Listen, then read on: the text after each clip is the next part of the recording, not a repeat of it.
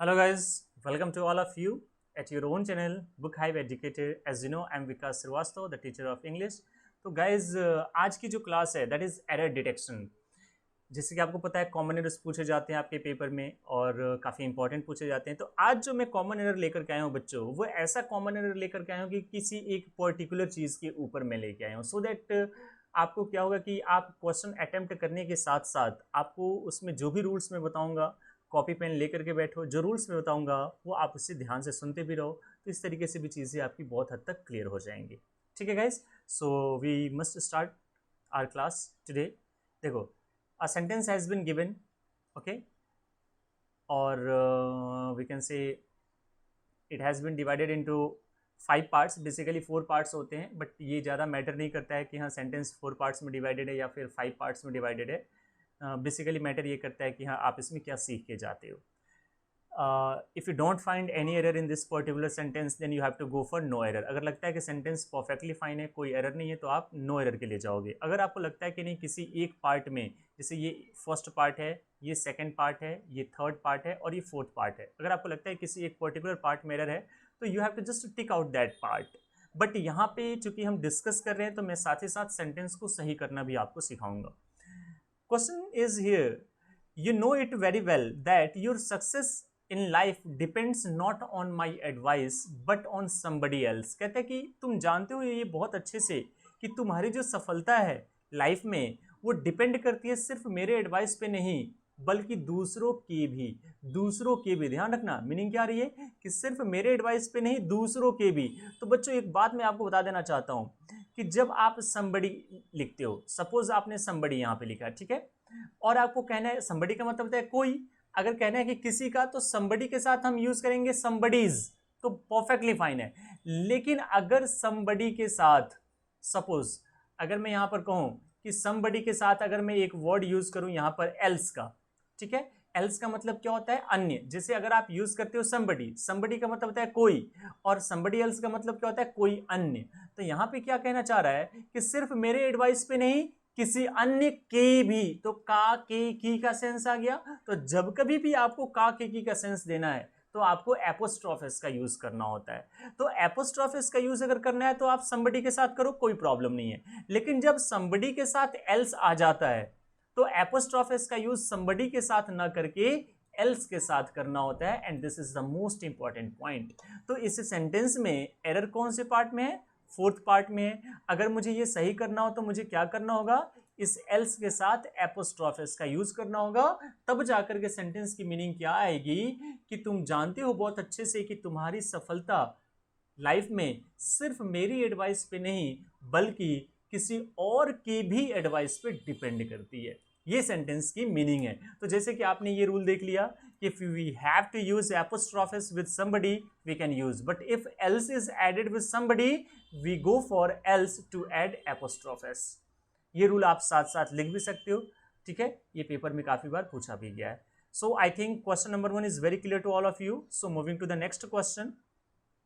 He informed me that he had gone to one of minister's residences। बच्चों सबसे पहले आपको ये याद रखना होगा, एक मैं यहाँ पर स्ट्रक्चर बता रहा हूँ कि जब कभी भी आप वन ऑफ का यूज करोगे, okay, then you have to use what? A plural noun. आपको यहाँ पर एक प्लूरल नाउन का यूज जरूर करना पड़ेगा। एंड ये क्वेश्चन काफ़ी इंपॉर्टेंट है, स्ट्रक्चर भी इंपॉर्टेंट है। वन ऑफ, जैसे हम कहते हैं ना, one of books, one of teachers, one of students, तो प्लूरल नाउन आता है। तो देखो वन ऑफ यहाँ पर क्या लिखा गया है? मिनिस्टर्स। देखो यहाँ पर अगर मैं बात करूं मिनिस्टर्स, तो एपोस्ट्रोफेस का यूज हमने मिनिस्टर के साथ किया है, जबकि वन ऑफ के बाद क्या आता है? Plural noun.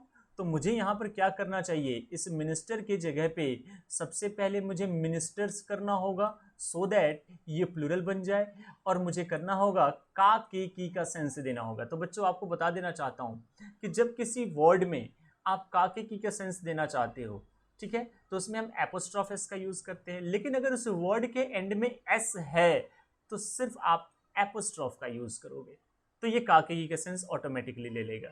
अगर मुझे कहना है एक लड़के का, तो मैं पहले एक लड़के की इंग्लिश लिखूंगा बॉय। काके के सेंस के लिए हमने एपोस्ट्रोफेस यूज किया क्योंकि एंड में एस नहीं है। मुझे कहना है बहुत सारे लड़कों का, तो बहुत सारे लड़कों के लिए तो पहले मुझे लिखना होगा ना बॉयज, ये तो बहुत सारे लड़के। अब का के का सेंस देना है तो एंड में एस आ गया तो मैं क्या यूज करूंगा, बॉयज। सिमिलरली कह रहे हैं कि यहां पर बहुत सारे मिनिस्टर्स के रेसिडेंस, तो का के का सेंस देना है तो हम यहां पर पहले यूज करेंगे मिनिस्टर्स, ये प्लूरल। अब देखा एंड में एस आ गया तो एपोस्ट्रोफ का यूज करेंगे and then become it's correct. So अगर मैं एरर फाइंड करूं तो इसमें थर्ड पार्ट में एरर है, यानी कि हम कह सकते हैं कि आज का जो सेशन है ये कंप्लीटली एपोस्ट्रोफिस के ऊपर पूछे गए जो क्वेश्चन है। प्रीवियसली आज भी ये सारे क्वेश्चन है बच्चों, ऐसा एक भी क्वेश्चन नहीं है कि जो मैंने अपने मन से फ्रेम किया है, सारे पहले कभी न कभी पेपर में पूछे गए हैं, ठीक है।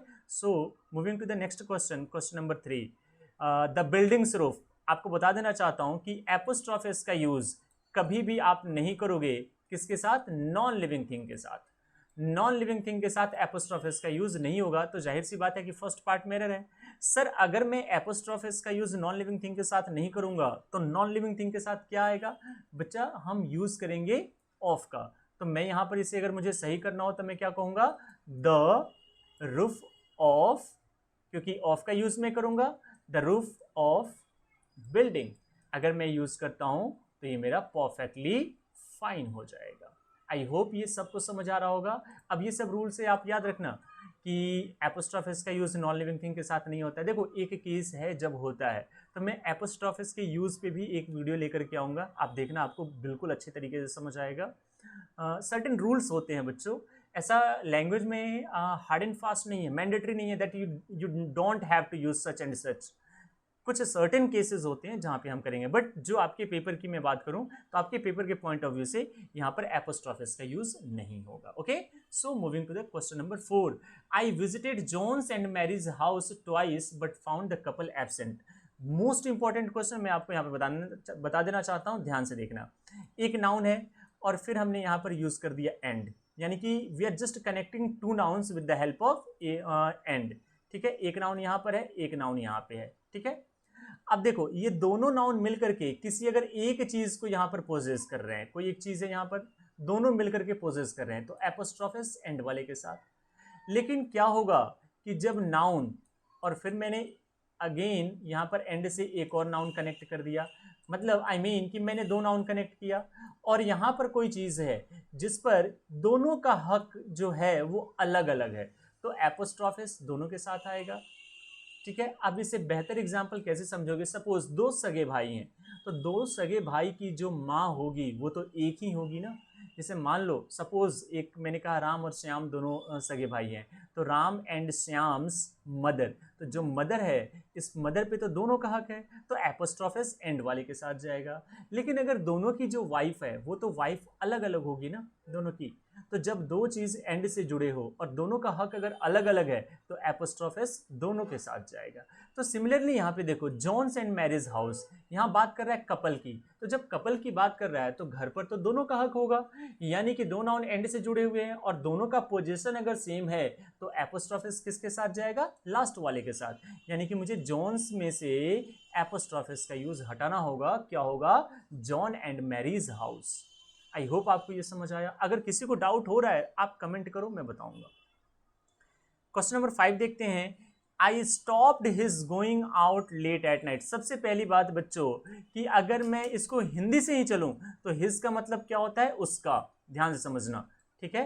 हिज का मतलब क्या होता है, उसका। लेकिन अगर मैं बात करूं हिम की, तो हिम का मतलब क्या होता है, उसे।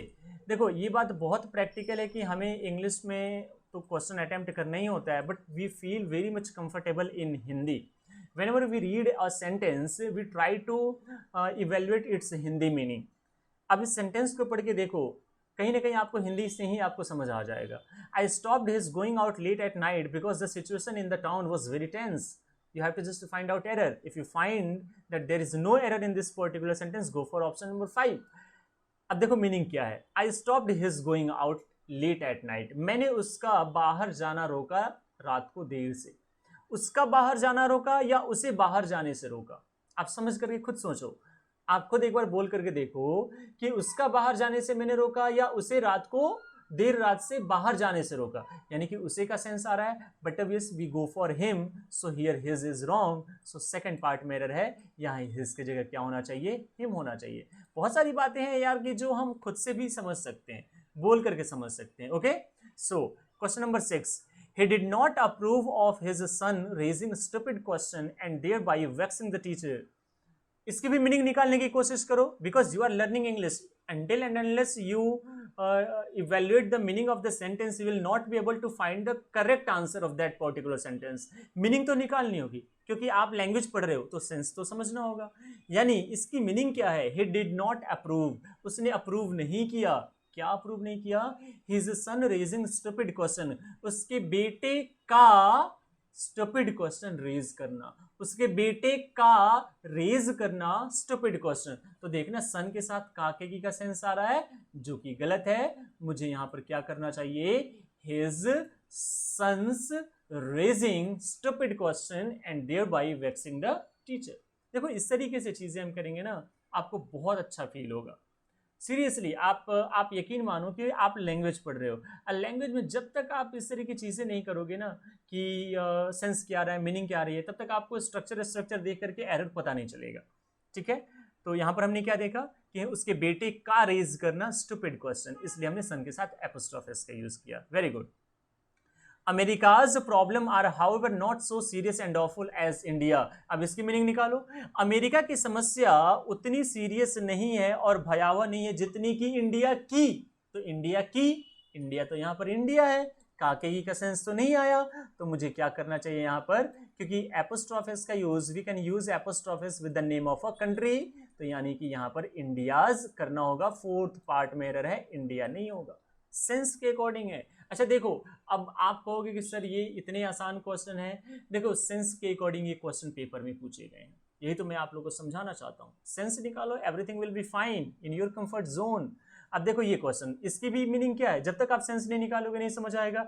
ये tone of speaking as well as your friend's is really extremely sarcastic yet we never take it seriously. देखो मीनिंग क्या आ रही है? तुम्हारे बोलने की जो टोन है, साथ ही साथ तुम्हारे दोस्त की इज रियली एक्सट्रीमली सरकास्टिक. क्या मीनिंग आ रही है?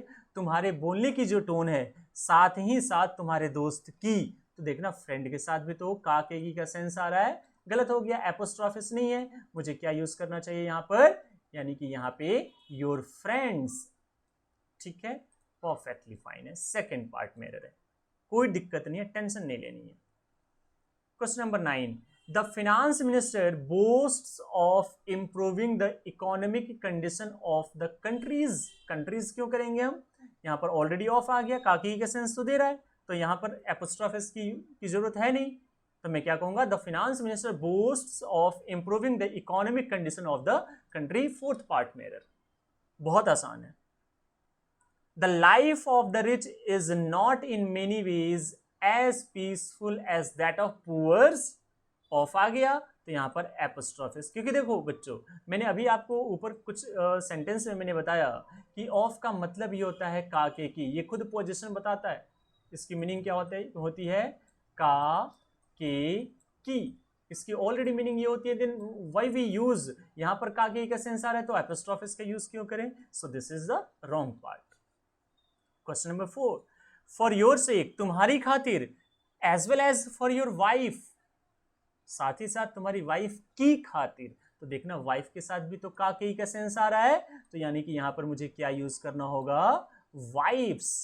वाइफ के साथ भी तो एपोस्ट्रोफ. देखो लैंग्वेज है, सेंस के बिना कुछ भी नहीं है. जैसे हम इंसान ऑक्सीजन के बिना कुछ भी नहीं है, वैसे ही लैंग्वेज में सेंस के बिना कुछ भी नहीं है. आप लाख अच्छे तरीके से ग्रामर पढ़ लो, और अगर आप सेंटेंस की मीनिंग ना निकाल पाओ, you will never going to be feel comfortable. ठीक है, चलो आगे देखते हैं. फॉर ये क्वेश्चन मैं रिपीट कर रहा हूं. तुम्हारी खातिर, साथ ही साथ तुम्हारी वाइफ की खातिर. तो वाइफ के साथ का के सेंस आ रहा है, इसलिए एपोस्ट्रोफिस का यूज करना होगा. Question number 12, the expert mason reported to the owner of the outlet that there was no question of the walls falling down. Walls falling down नहीं होगा बच्चों. क्यों? क्योंकि वॉल तो एक नॉन लिविंग थिंग है. नॉन लिविंग थिंग के साथ एपोस्ट्रोफिस का यूज होता नहीं है, तो क्या होना चाहिए? यानी कि ऑफ का यूज होना चाहिए. द, यहां पर मैं क्या यूज करूंगा? The falling down, the falling down of the wall. Wall एक नॉन लिविंग थिंग है, नॉन लिविंग थिंग के साथ एपोस्ट्रोफिस का यूज नहीं होता है, ये करेक्ट होगा. Okay, So question number 13. The officer said that he appreciated his staff's coming on time. Officer ने कहा कि उसने अप्रिशिएट किया कि उसके स्टाफ का समय पर आना, स्टाफ का समय पर आना। गड़बड़ है, कुछ तो गड़बड़ है। स्टाफ का समय पे आना, STAFF, और इसके लिए जाएंगे हम apostrophes. Staffs coming on time and cooperating him. मैंने वही कहा, फिर से मैं एक ही चीज को मैं रिपीट कर रहा हूं। Sense, sense and sense, meaning निकालो, सब कुछ आपके फेवर में जाएगा। Okay, question number 14. As we are told this idea of Mrs Gandhi's, जब ऑलरेडी ऑफ आ गया, there is no need to use apostrophe s, कि ये जो आइडिया है मिसेस गांधी का was totally valid in the present condition of India. Bharat की present condition में ये पूरी तरह से वैलिड है। Okay guys, question number 15. The teacher said to us that one ought to work hard in order to attain one goal. भाई one के लिए ध्यान रखना, अपने के लिए वन नहीं होता है, वन के अपने लिए क्या होता है, वंस होता है। जैसे मैं कहूं कि मैं अपना काम कर रहा हूं, तो आई के लिए, अपने के लिए मैं क्या यूज करूंगा, माई। मैं कहूंगा I am doing my work. ही के लिए, अपने के लिए क्या होता है, अगर मुझे कहना है कि वह अपना काम कर रहा है, he is doing his work, तो अपने के लिए हिज। वैसे ही वन के लिए, वन क्या होता है, एक अननोन पर्सन होता है जिसे मैं नहीं जानता। मैं कहूँगा कि हाँ हर किसी को, चाहे किसी को अपने पेरेंट्स को ओबे करना चाहिए, तो वन के लिए, अपने के लिए क्या होना चाहिए, वंस का यूज होना चाहिए। तो पढ़ करके देखो क्या मीनिंग आ रही है कि द टीचर सेड, टीचर ने कहा, हम लोगों से कहा, that one ought to work hard, किसी को बहुत कठिन परिश्रम करना चाहिए, टू अटेन वंस गोल, अपना गोल पाने के लिए। ठीक है गाइस, तो आई होप आज की क्लास आपको समझ आई होगी। ये 15 क्वेश्चन मैंने आपको प्रैक्टिस कराए। देखो, practice makes a man perfect. अगर आप प्रैक्टिस सेशन ज्वाइन करते हो, अगर इन चीज़ों को देखते हो, तो you are just going to feel very comfortable in your examination. और गाइज, अगर वीडियो पसंद आ रही है तो वीडियो को लाइक करो, शेयर भी कर दिया करो, ठीक है, कमेंट करो, और चैनल को अगर अभी तक सब्सक्राइब नहीं किया है तो सब्सक्राइब जरूर करें। Thank you very much guys for listening to me. मिलते हैं हम अगली क्लास में एक नई चीज़ के साथ, एक नए प्रैक्टिस के साथ, एक नई इंपॉर्टेंट थिंग के साथ guys. So thank you very much guys, thanks a lot.